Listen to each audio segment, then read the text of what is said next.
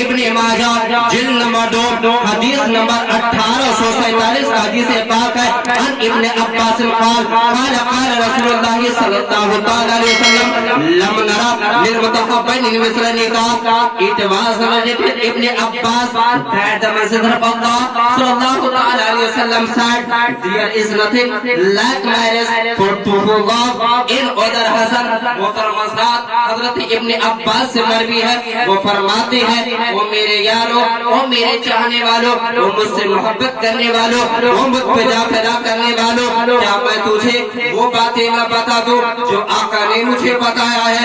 محترم حضرات, حضرت ابن عباس فرماتے ہیں وہ مجھ سے محبت کرنے والوں, کیا میں تجھے وہ باتیں نہ بتا دوں جو آقا نے مجھے بتایا ہے. لوگوں نے عرض کیا ابن عباس اب بتا دیا جائے کہ آقا نے آپ سے کیا ارشاد فرمایا ہے. محترم حضرات, حضرت ابن عباس فرماتے ہیں ایک دفعہ کی بات ہے, ایک دفعہ کی بات ہے, میرے آقا ہم گناہگاروں کو بلا کر کے, ہم سیاہ کاروں کو بلا کر کے, ہم خطا کاروں کو بلا کر کے, ہم پاپیوں کو بلا کر کے, میرے آقا ارشاد فرماتے ہیں وہ میرے جانے سار صحابہ, وہ مجھ پہ جا پیدا کرنے والے صحابہ, وہ مجھ سے محبت کرنے والے صحابہ, کیا میں تجھے وہ باتیں نہ بتا دوں, کیا میں تجھے اس رشتے کے بارے میں نہ بتا دوں جو رشتہ میری بارگاہ میں سب سے زیادہ قبول ہے.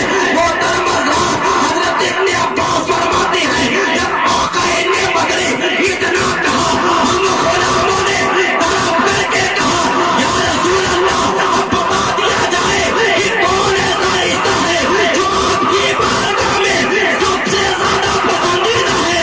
محترم حضرات, حضرت ابن عباس فرماتے ہیں کہ میرے آقا نے ارشاد فرمایا وہ میرے گناہگار, وہ میرے سیاہکار امتیوں, وہ میرے صحابہ, یہ سن لو کہ میرے نزدیک, میرے درمیان اگر سب سے پسندیدہ کوئی رشتہ ہے تو وہ کوئی اور نہیں ہے بلکہ وہ رشتہ نکاح.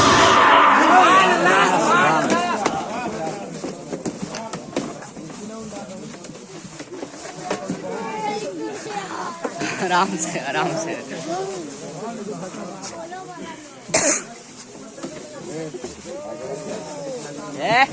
کرسی ٹوٹ رہے گا.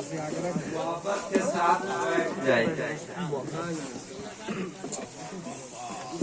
محبت کے ساتھ بیٹھ جائے, بولیے سبحان اللہ. میرے آقا نے کیا ارشاد فرمایا کہ میرے درمیان سب سے پسندیدہ, میرے آقا نے جس رشتے کو سب سے زیادہ پسند کیا وہ کون سا رشتہ ہے؟ نکاح یعنی شادی. کیا ہے؟ بولیے نا, شادی. شادی. محترم حضرات, میں نے خطبہ کے بعد قرآن مقدس کی تلاوت کی. اللہ تبارک و تعالیٰ قرآن مقدس میں ارشاد فرماتا ہے یا ایھا الذین آمنوا اتقوا اللہ وکونوا مع الصادقین. میرے اعلیٰ حضرت اس کا ترجمہ لکھتے ہیں اے ایمان والو اللہ سے ڈرو. کس سے ڈرو؟ سارے لوگ بولے. دیکھیے ایسا نہیں دیکھیے کہتے محبت ایک طرف سے ہو تو سزا ملتی ہے, محبت دونوں طرف سے ہو تو مزہ ملتی ہے کہ نہیں؟ تو میں محبت کو پیش کرتا ہوں, آپ بھی کریں, مزہ آ جائے گا. اگر آپ سننا چاہتے ہیں تو محبت کے ساتھ سبحان اللہ. تو اعلیٰ حضرت نے کیا ترجمہ لکھا؟ اے ایمان والو کس سے ڈرو؟ اللہ سے ڈرو. وَقُولُوا مَعَ الصَّادِقِينَ, اور سچوں کے ساتھ ہو جاؤ. کس کے ساتھ ہو جاؤ؟ سچوں کے ساتھ ہو جاؤ. محترم حضرات, آپ لفظ ایمان کو یہی پہ رہنے دیں. آگے کا ترجمہ لیتی ہے, آگے کا ترجمہ رب نے ارشاد فرمایا وَقُولُوا مَعَ الصَّادِقِينَ. کیا ارشاد فرمایا؟ وَقُولُوا مَعَ الصَّادِقِينَ, سچوں کے ساتھ ہو جاؤ.